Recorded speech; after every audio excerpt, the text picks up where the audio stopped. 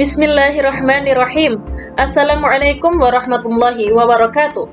Kami dari kelompok 14 akan mempresentasikan hasil diskusi kami dalam artikel kami yang berjudul Mendalami Kajian Semiotik, Sejarah, Definisi, dan Unsur-unsurnya.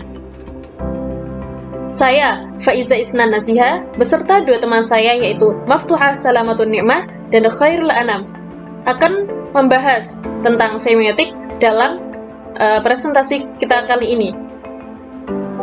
Sebelum menuju pembahasan yang inti, saya akan menyampaikan pendahuluan dari artikel yang kami susun, yaitu sangat penting bagi kita untuk mendalami kajian semiotik, yang mana semiotik ini membahas tentang tanda. Menurut Saussure dalam buku karangan Wibowo tahun terbitan 2006 pada halaman 9 dikatakan bahwa persepsi dan pandangan kita tentang realitas dikonstruksikan oleh kata-kata dan tanda-tanda lain yang digunakan dalam konteks sosial. Kami, sebagai penulis, akan menuangkan semua ide, pokok pikiran, beserta argumen yang berkaitan tentang semiotik, baik itu sejarah, definisi, maupun unsur-unsurnya.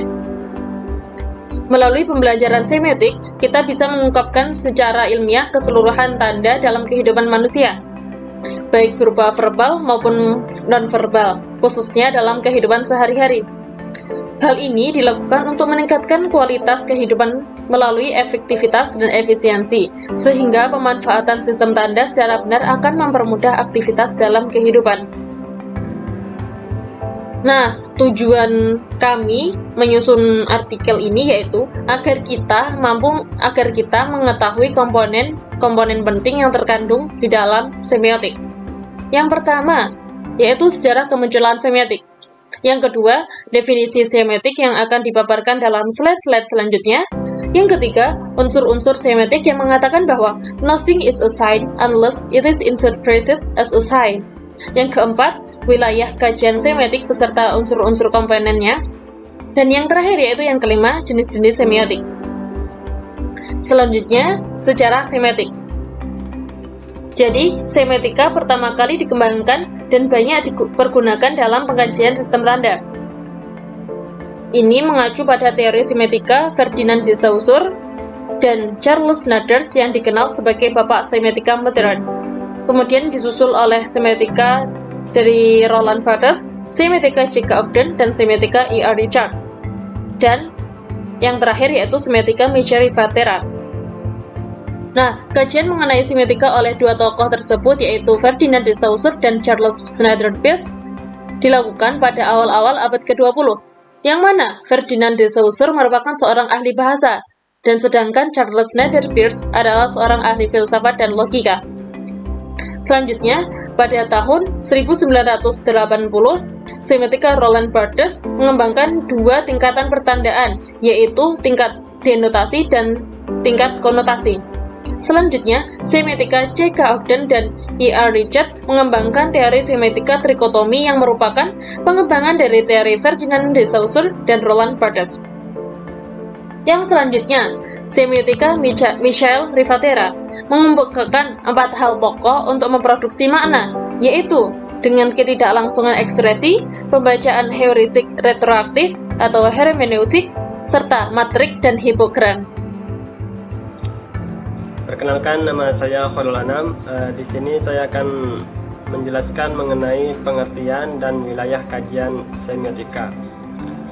Secara etimologi, semiotika itu berasal dari bahasa Yunani yaitu semion, yang berarti tanda. Tanda itu sendiri dapat didefinisikan sebagai sesuatu atas dasar konvensi sosial yang terbangun sebelumnya dan dapat dianggap mewakili sesuatu yang lainnya. Kemudian adapun secara terminologi, semiotika itu dapat didefinisikan sebagai suatu ilmu yang mempelajari sederetan luas mengenai objek-objek, kemudian peristiwa-peristiwa dan kebudayaan-kebudayaan sebagai tanda. Adapun pendapat para tokoh diantaranya yaitu Morris yang mendefinisikan semiotika itu adalah ilmu mengenai tanda, baik itu bersifat manusiawi atau hewani, berhubungan dengan suatu bahasa tertentu atau tidak, mengandung unsur kebenaran atau kekeliruan, bersifat sesuai atau tidak sesuai, bersifat wajar atau mengandung unsur yang dibuat-buat.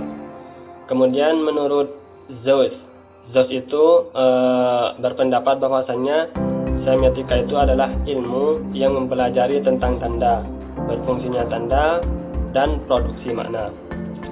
Kemudian menurut Charles S. Speer itu mendefinisikan semiotika itu adalah nama lain dari logika, yakni doktrin formal dengan tanda-tanda.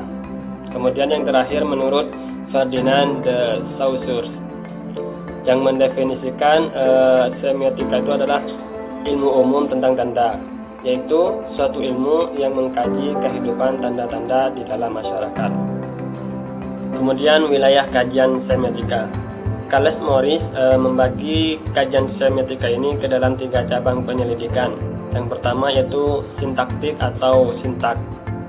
Sintaktik adalah cabang penyelidikan semiotika yang mengkaji hubungan formal di antara satu tanda dengan tanda yang lainnya. Dengan begitu, hubungan-hubungan formal tersebut merupakan kaidah-kaidah yang mengendalikan aturan atau interpretasi. Jadi, pengertian sintaktik kurang lebih seperti gramatika. Kemudian yang nomor 2 yaitu semantik. Semantik merupakan cabang penyelidikan semiotika yang mempelajari hubungan di antara tanda-tanda dengan designata atau objek-objek yang diajunya. Yang dimaksud designata di sini adalah tanda-tanda sebelum digunakan di dalam tuturan tertentu. Kemudian yang nomor 3 yaitu pragmatik. Pragmatik itu merupakan cabang penyelidikan semiotika yang mempelajari hubungan antara tanda-tanda dengan interpreter atau para pemakainya. Pragmatik secara khusus berurusan dengan aspek-aspek komunikasi, khususnya fungsi-fungsi situasional yang melatari tuturan. Kenalkan, nama saya Maftuha Salamatun Nikmah. Saya dari kelompok 14. Pada kesempatan kali ini, saya akan menjelaskan tentang konsep dasar semiotik. Semiotik merupakan teori filsafat umum yang berkaitan dengan tanda dan simbol. Semiotik meliputi semua tanda, baik yang bersifat visual maupun verbal. Konsep dasar semiotika yaitu tanda atau simbol, kode, makna, dan mitos. Tetapi menurut Ferdinand de Saussure, terdapat 5 hal dalam semiotika. Yang pertama yaitu signifier and signified. Signifier atau penanda adalah bunyi coretan yang bermakna. Signified atau petanda adalah gambaran mental, pikiran, atau konsep. Yang kedua, form and content. Form adalah bentuk, konten adalah materi atau isi. Yang ketiga, language and parole. Language adalah objek yang tidak tergantung pada materi tanda yang membentuknya.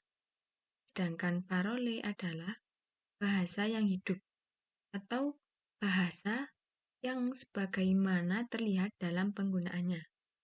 Yang keempat, sinkronik dan diakronik. Sinkronik adalah studi bahasa tanpa mempersoalkan urutan waktu. Sedangkan diakronik yaitu studi bahasa yang memperhatikan deskripsi perkembangan sejarah waktu. Yang kelima, sintagmatik and associative.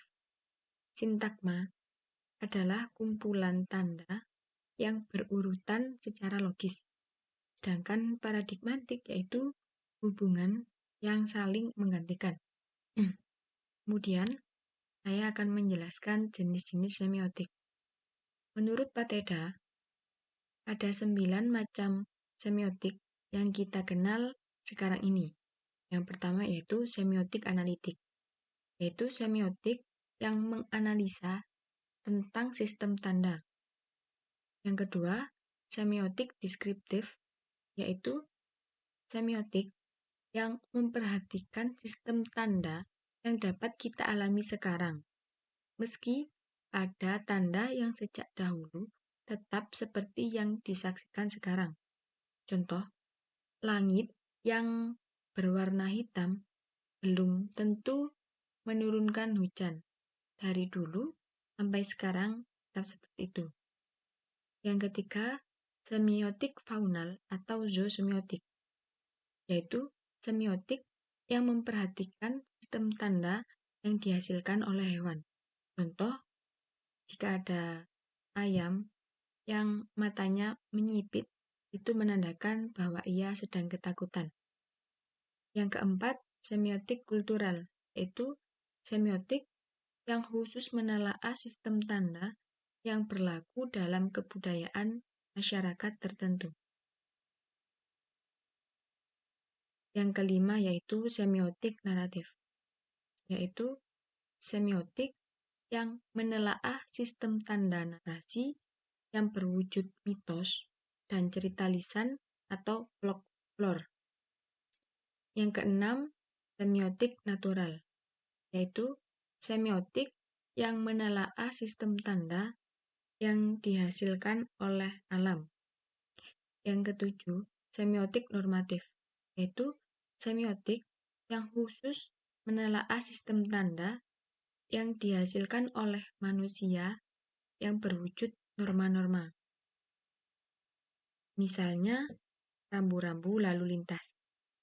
Yang kedelapan yaitu semiotik sosial, yaitu semiotik yang khusus menelaah sistem tanda yang dihasilkan oleh manusia yang berwujud lambang, baik kata atau kalimat. Yang terakhir yaitu semiotik struktural, semiotik yang khusus menelaah sistem tanda yang dimanifestasikan melalui struktur bahasa.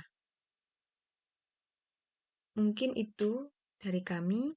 Apabila ada salah kata dan kekurangan, kami mohon maaf yang sebesar-besarnya. Sekian, terima kasih. Wassalamualaikum warahmatullahi wabarakatuh.